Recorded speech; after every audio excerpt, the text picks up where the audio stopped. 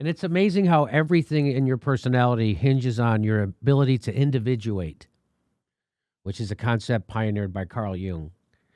And he didn't know that it actually started in infancy, but it does. And so it's all about integrating your shadow, meaning the parts of you that you deny, that you have suppressed into your subconscious, that actually control you. So Carl Jung is famous for saying that enlightenment, I might be butchering this. I'm going to paraphrase this. So enlightenment doesn't come from learning something new. Enlightenment comes from making the darkness conscious. Until you make the unconscious conscious, it will direct your life and you will call it fate. And the way you can tell your life is being directed by your unconscious is you look at negative patterns in your life. So if you look at patterns of behavior like, oh, why do I keep getting in this situation? Why do I date the same kind of person? Why do I have these same kind of friends who I don't like why do my friends treat me this way I don't like consistently? Or why do I end up in the same situation I don't like? So you look at negative patterns that keep happening and you have to dig. And it's usually because it's your unconscious guiding you. It's your shadow side, right? And it's the part. So here's a good example. Can you turn off the thing? Yeah. So here's a good example of that.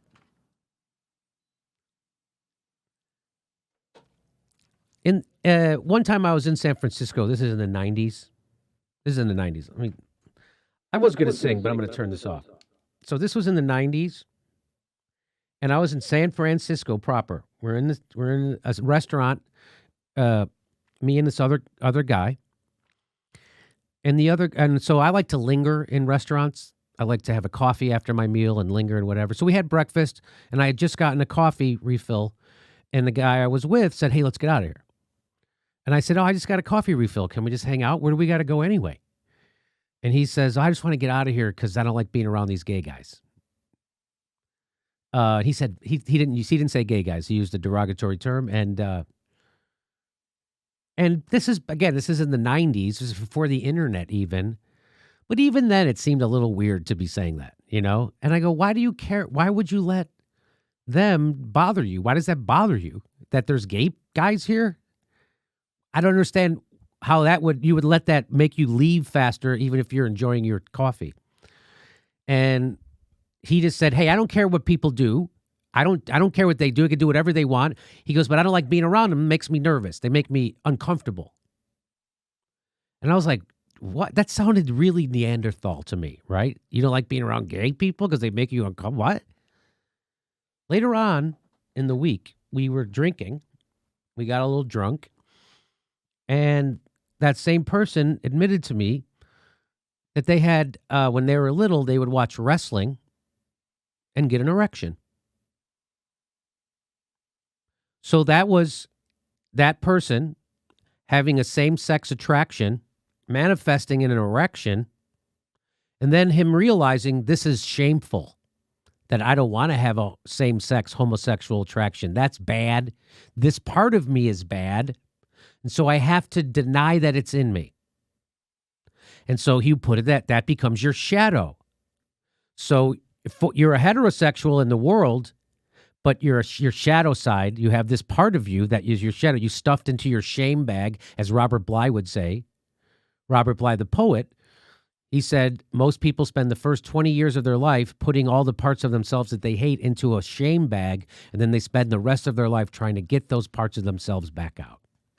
And we shame things that we consider that might be bad, even though they're not bad, like same-sex attraction. Like, that's not inherently a bad thing. But since our society shames it, that guy didn't want to identify with having same-sex attraction because then he might be a fucking weirdo. So he denies that part of himself, and that goes in his shame bag, and that's called his shadow.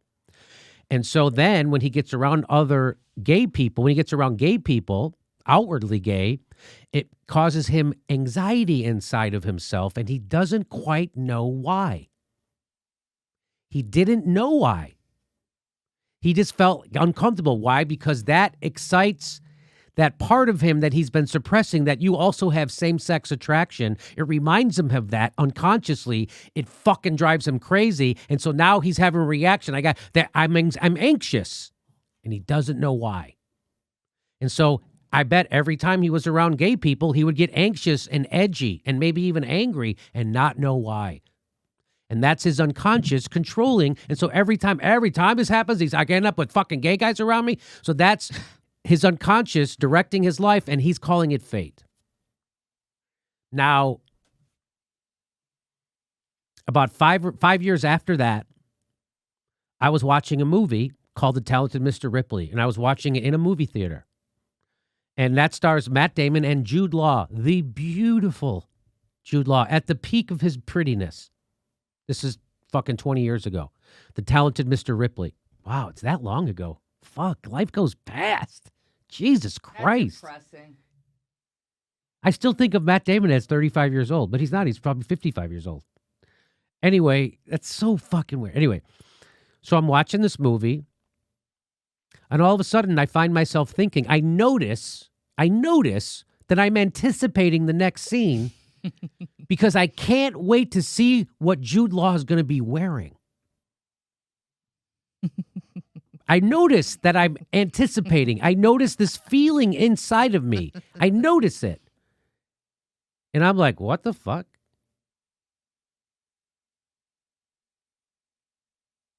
Am I attracted to Jude Law? That's what I was thinking. And it made me a little uncomfortable. I was like, what? A little, huh? Am I? And then I talked about it with my friend afterwards, who I saw the movie with. And well, I'll just do the joke for you because that's exactly how it happened. I said, yeah, I was having some feelings for that Jude Law during that movie. Wasn't he pretty? Did you have anything? He goes, no. I go, you didn't feel anything for Jude Law? And he says, no. He goes, but Brad Pitt. And I go, nah. He goes, Brad Pitt? I go, I don't like blondes.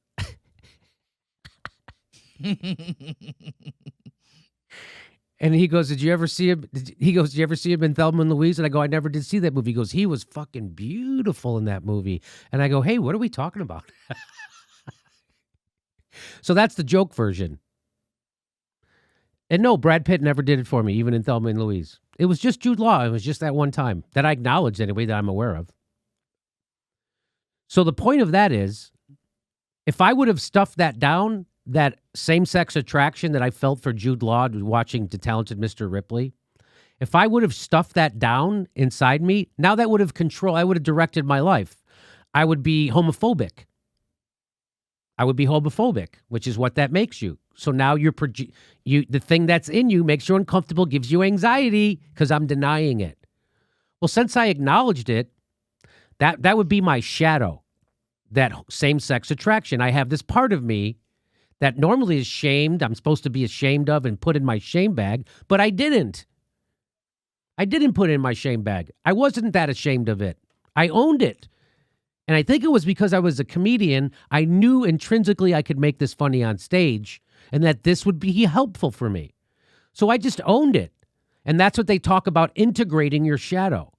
So whatever is the bad part of yourself, you have to acknowledge it, that you want to murder someone, that you want to rape someone, that you want to be selfish, that you want to be greedy, that you want to be lazy, all these shadow sides of yourself that you deny. If you can acknowledge that you have them and you can actually acknowledge them, not just in some kind of intellectual exercise, but actually acknowledge these are parts of yourself. These are urges you actually have. And then you can own them. Like a lot of people have sexual fantasies that they're ashamed of. They won't even tell their husband or wife or partner or anything. They won't tell even their psychiatrists for a long time. That's part of us, though. Where does it come from? So it's not bad or good, no matter what the sexual thing is. No matter what it is, it's just a thing. It's just a part of you. It's not good. It's not bad. It's a sexual fantasy. So that's a lot of people have that kind of shame around sex and they push it down and then it comes out in weird ways. So that's like how women have rape fantasies, right? So the easiest way to explain that is, let's say you grew up a Mormon and you're not allowed to have sex until you're married, or else you're a bad person. And so then, and especially a woman, right? You're a bad person. You can't enjoy sex. Then you're a slut. That's also bad. And if you have sex before you're married, then God hates you and you're bad and slutty and all that stuff. So what do you do if you're horny and you're a girl and you're Mormon? You fantasize about someone raping you. Oh, I wish someone would come along and just take me and have sex with me so that I wouldn't feel guilty about it and I wouldn't have to take responsibility for it and I could still enjoy the sexual pleasure. It's the same kind of thing that happened in that story, Tristan, where they drink the potion before, anyway. So then they fall in love because of the potion, so they don't have to take responsibility for the fact that they actually already fell in love. So that's what the shadow, so if I didn't accept that shadow part of me, that part that normally males, blue-collar males in America would stuff down same-sex attraction, I didn't. I owned it, and by doing that, it gave me, like, such a more solid footing sexually in my life that I wasn't denying that. It just made me feel more balanced. And that's what they say about you integrate your shadow. Not that you act it out, but you acknowledge that it's in you, and then you integrate it into your personality. And there's a saying that I don't want to be I'd rather be a whole person than a good person, because good people are pushing down parts of themselves. And I'd rather be, and they're not, and they're fragmented. That's called a fragmented personality. So you're literally hiding parts of yourself to your conscious self. It's still in your unconscious. And remember, our conscious mind is just the tip of the iceberg. Most of the shit that's happening is unconscious. It's underneath the water level, right? So we all know that. And then that leads into projection. And, you know, the silent sinners scream the loudest. That's all have to do with your shadow side. The parts of us that we deny. That's how people become hypocrites. And by the way, we're all hypocrites because we all have a shadow side. So that's why hypocrisy is so easy to find, because it's fucking everywhere, because it's part of the human condition. And according to Jung and the people who've come after him, that if, you know, you can deny that we have archetypes, right? So there's a collective unconscious. What? I know, not to get too deep into it, but why not? It's interesting. All we are is the manifestation of consciousness. So, and because we've developed an ego, not meaning like an inflated ego, I mean the scientific term ego, which makes us see ourselves as separate. So when you see a plant coming out from the earth, you know that plant is connected to the earth because it literally came out of the earth. But because we're walking around and we're not connected literally into the earth, our feet, we can pick them up. We don't see that. We literally came out of the fucking earth. We literally came out of the earth. We weren't dropped here. A Martian didn't shit an egg out and we popped out. That's not how it happened. We literally came up out of the earth just like a flower, just like a blade of grass. And the grass doesn't have an ego. The blade of grass doesn't go, I hope I'm tallest. I hope I'm the greenest blade of grass. I hope I look. So the grass doesn't see itself as separate. It just does what it does. It just does what it does. And so if I wouldn't have accepted my shadow side, my same-sex attraction to Jude Law, I would have been fighting it my whole life, and it would have been controlling me, and I would be uncomfortable and have anxiety and maybe even be violent. It would be controlling me. It's like that Bob Goldthwait joke, and I can't remember how it goes, but at the end of it, it's about guys who go out and gay bash. And he got to it very brilliantly. It's a brilliant piece of material, a joke. And he gets to the end and he's punching a guy and he reveals that he's really trying to beat the gay that's inside of him. That's the shadow. And then you project it. That's the shadow, and that's how it can fuck you up. And we all have it. We all have these 4 archetypes also that live in us unconscious, because there is a thing called collective unconscious. We did come out of the earth. There is no separation. And we all are just physical manifestations of consciousness. That's all we are. I could talk about this for hours and hours, but separateness is an illusion. We are not separate. Just like the hairs on our head are not separate from our body, human beings are like different hairs on the earth, and we think we're separate. We're not. We all come from the same energy.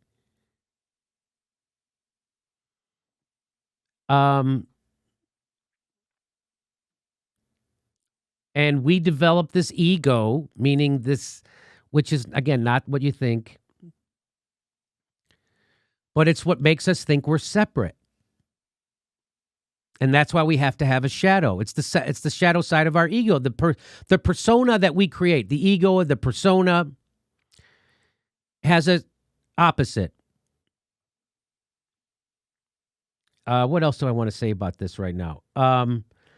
And all your problems can go all your personality type. You know, if you're like for instance, the most easiest one to a people pleasers, right?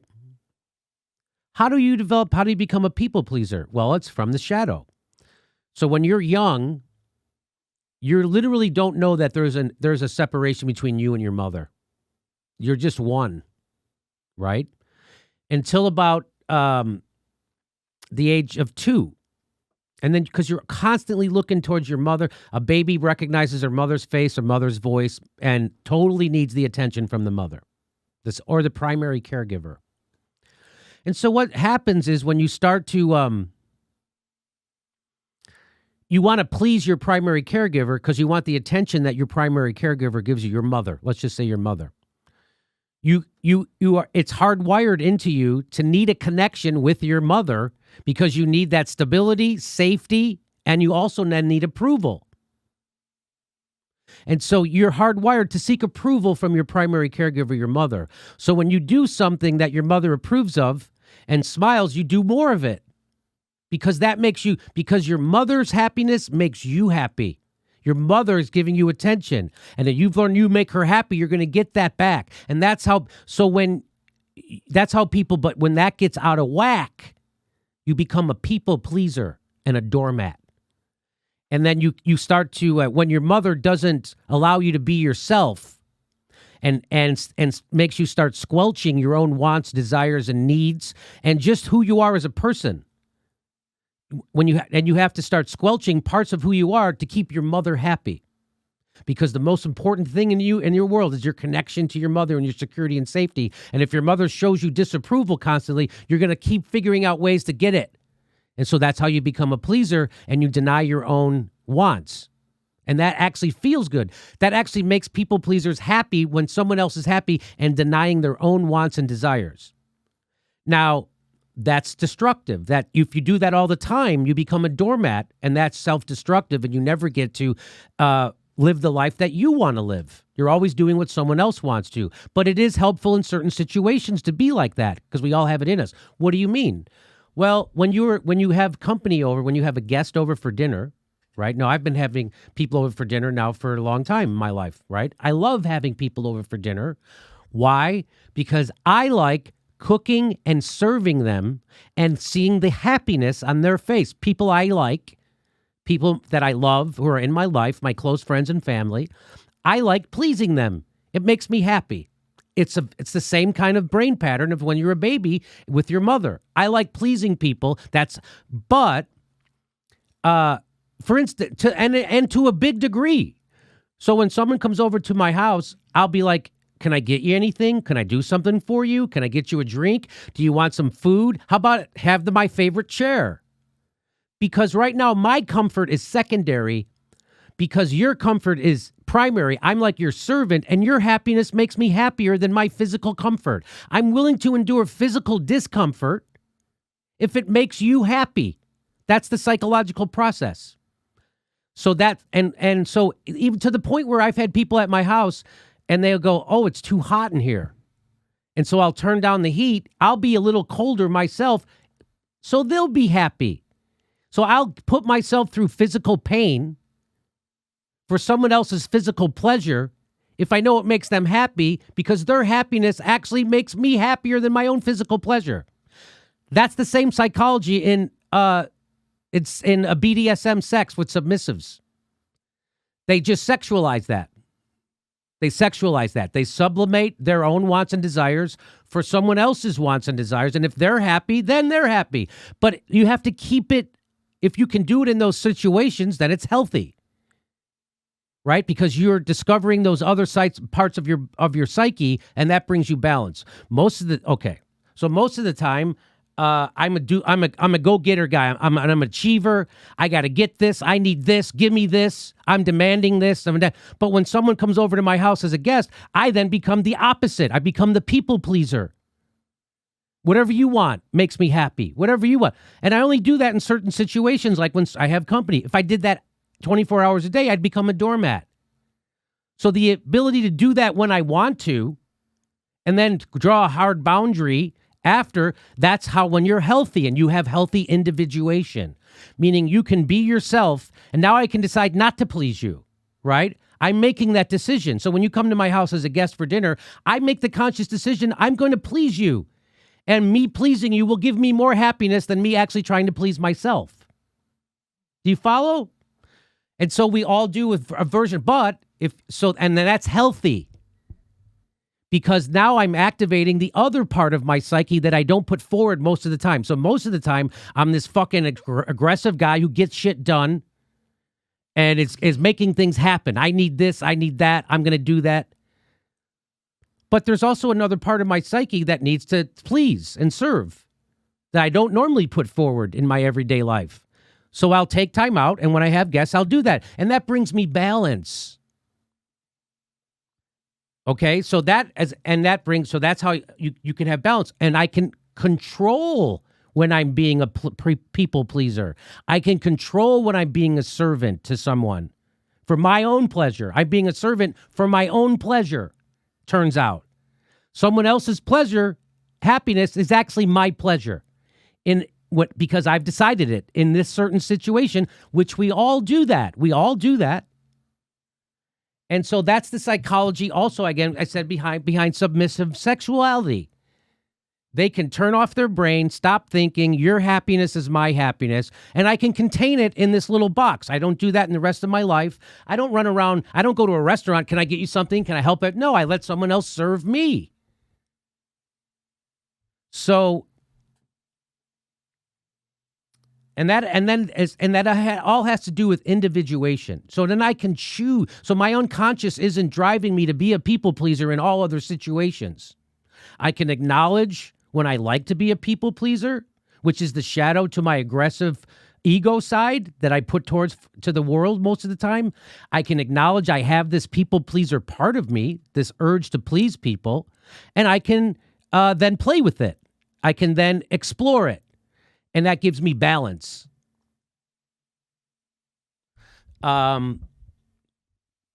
Me accepting my same-sex attraction to Jude Law gave me balance. I didn't have to push it down. I can individuate. I could accept who I was without fearing the loss of the love of my community or my primary caregiver or my family. Because a lot of people, when they come out and say they're gay, they lose that. And so then they don't have balance, and they have constant anxiety and resentment. Well, I didn't have that because I accepted that part of that dark side, the shadow side, my heterosexual forward side. I accepted that shadow side, that part I would normally feel shame over, that would be shamed by my family or my community and all that stuff. I accepted it. And so consequently, I'm not fucked up that way. I'm not homophobic. As much as I would have been. There are probably still parts of me that might be a little. Like the reason why, like I was just talking about all this prostate, I'm like, how come I didn't know? I mean, how come the idea of having a prostate orgasm or massage, why is the initial idea of that repulsive to me? And I think it's because of the culture, homophobia. Like any guy who sticks anything in their ass for sexual pleasure is a homosexual. And I realized that's probably what it is. And that's ridiculous. That's me shaming a part of me, my curiosity, my normal curiosity, because of I want to fit in with the culture. I've internalized that. So this is all and the shadow work is the one you probably know the least about because it's the one people don't want to do the most. You mean I'm going to go to pay you so I could find out the fucking shittiest parts of myself actually exist? The thing that I hate the most in other people's actually in me? I don't want to pay you for that. So this is the work most people don't do. Nobody wants to find out that they actually can be a Nazi. And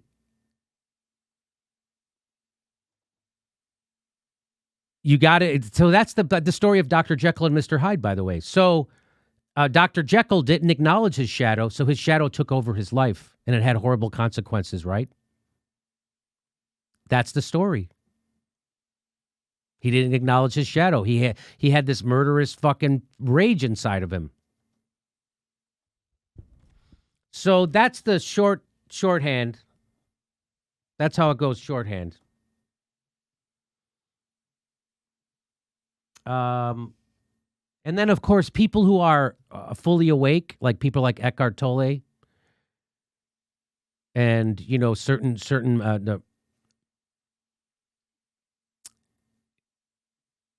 enlightened people who are enlightened, they don't have to worry about any of this stuff because they completely transcend the ego and the shadow. They see their physical form as not being who they truly are because it isn't who we truly are. We're temporarily taking on a physical form. We're actually just the consciousness energy. And we come into being and we go back out of being. There is no death. There is no death. We're just pure energy. We are just energy condensed to a slow vibration. That's all we are. And as you know from physics, energy cannot be created nor destroyed. It can only change form. So the energy that's in me has always been here since the fucking Big Bang. The energy that's moving my mouth and my fingers right now has always been here. Has always been here. So it means I've always been here. Energy cannot be created nor destroyed. It can only change forms. Death is not the opposite of life. Death is the opposite of birth. There is no opposite to life. Life is forever, eternal, everlasting. There is no opposite to life. When you die, you don't die. This physical form dies, but that's not who you are. And enlightened people know that, so they don't get caught up in the ego or the shadow. They've transcended it. They've transcended their ego, and that's what happens when people take mushrooms or acid or DMT. They transcend their ego, and they see that they're not who they thought they were at all, and that there is no separation. It's a joke. So that's where we are. And then you have to say, oh, really? There isn't where. So then why do I have to worry about anything? Well, you have to be in the world, but not of it. And that means you have to have 1 foot in the spiritual world where your true essence is, and 1 foot in the physical world.